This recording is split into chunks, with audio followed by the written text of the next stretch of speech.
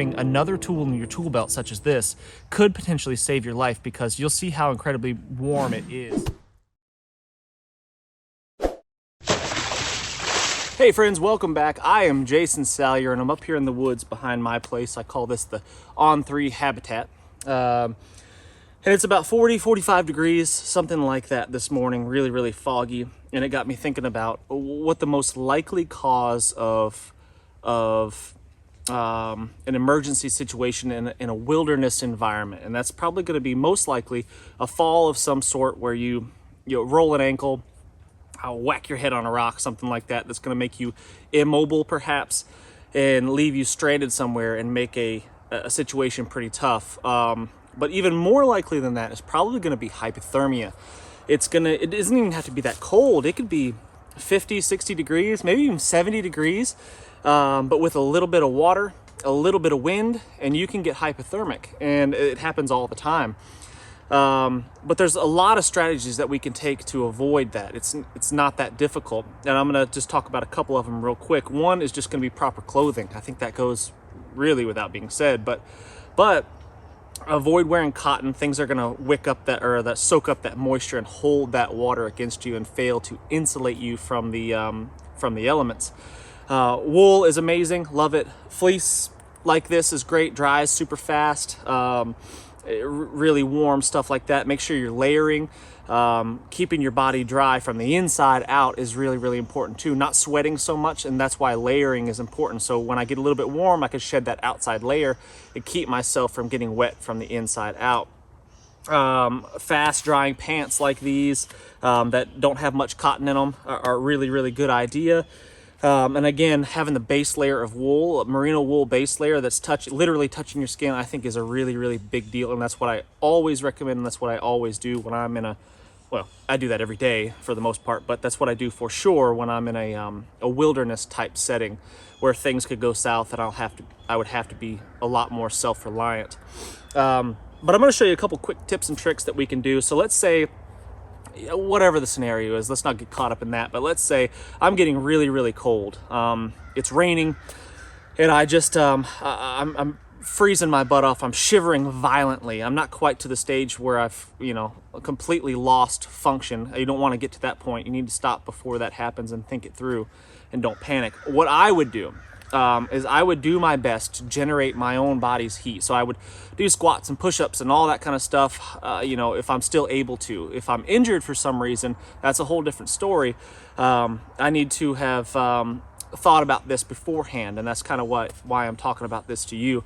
I want to, if I'm hurt, can't stand up, I'm immobile, I want to have something to insulate me from the ground, and that's where something like this Therm-A-Rest Pad is really helpful. These are cheap, inexpensive, but they work really well. They weigh nothing, and they're just easy to have with you, and they can keep you from having to sit on a cold, wet ground. And I think that's really important, and it's a piece of kit that you should have with you, something that you could sit on, keep you up off of the ground.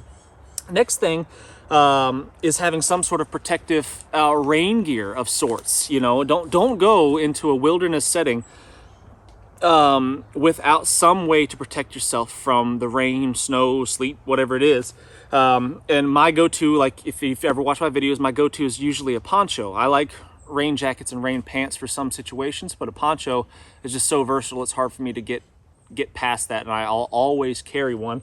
And I keep one in this back envelope of my pack right here.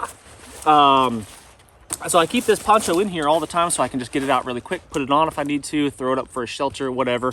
And it's just my go-to. So one of the things, if you are injured, you're immobile, this is a really easy thing just to throw on.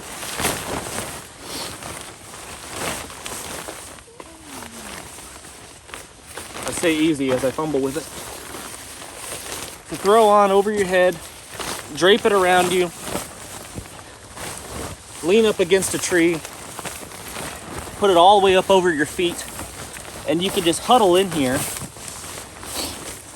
here, and just the dead airspace that the poncho creates around your body is going to be significantly warmer, and it's pretty amazing what a little poncho can do as far as creating kind of a microclimate around you. But we can take that even one step further, and I'll show you what that is in just a second. So a candle is a pretty useful survival item. It can be used to help start a fire without wasting a lot of fluid from your lighter. You just light the candle up, and then you can use this to go to your tinder or your kindling and get it going, dry out whatever you need to dry out, or whatever. You get the idea. But the other really useful reason to carry a candle like this is because you can create a really warm microclimate.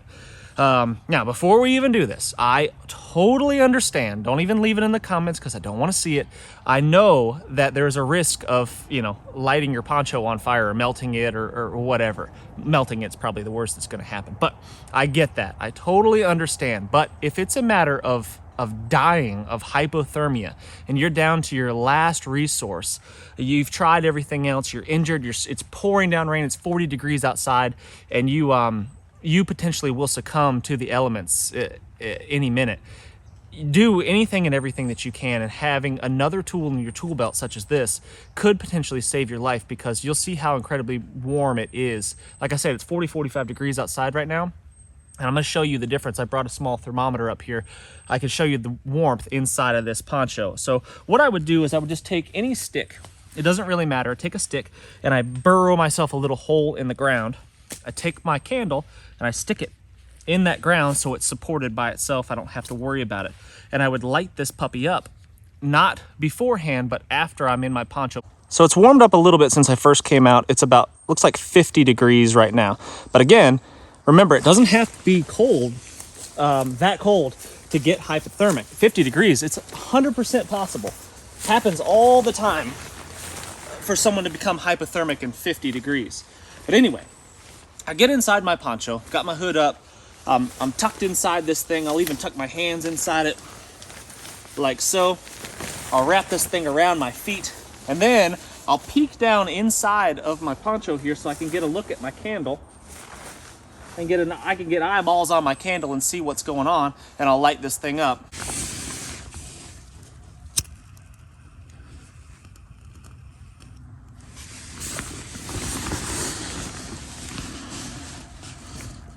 I'm just going to take this thermometer and I'm going to put it right on top of my my jacket here. I'm just sitting it on top of my fleece, so it's not really contacting my body. That's not going to influence it.